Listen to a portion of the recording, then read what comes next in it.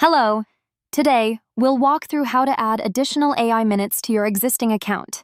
First, open a new page and locate where it displays the show's plan details.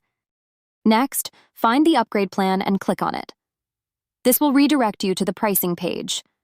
Here, if you're a pro user, you'll see your options clearly laid out.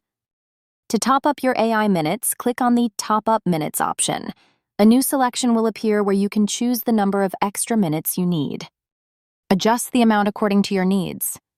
I'll go ahead and add one more minute, then click on the Purchase option. This action will take you to the payment flow. Here you'll see your existing card details.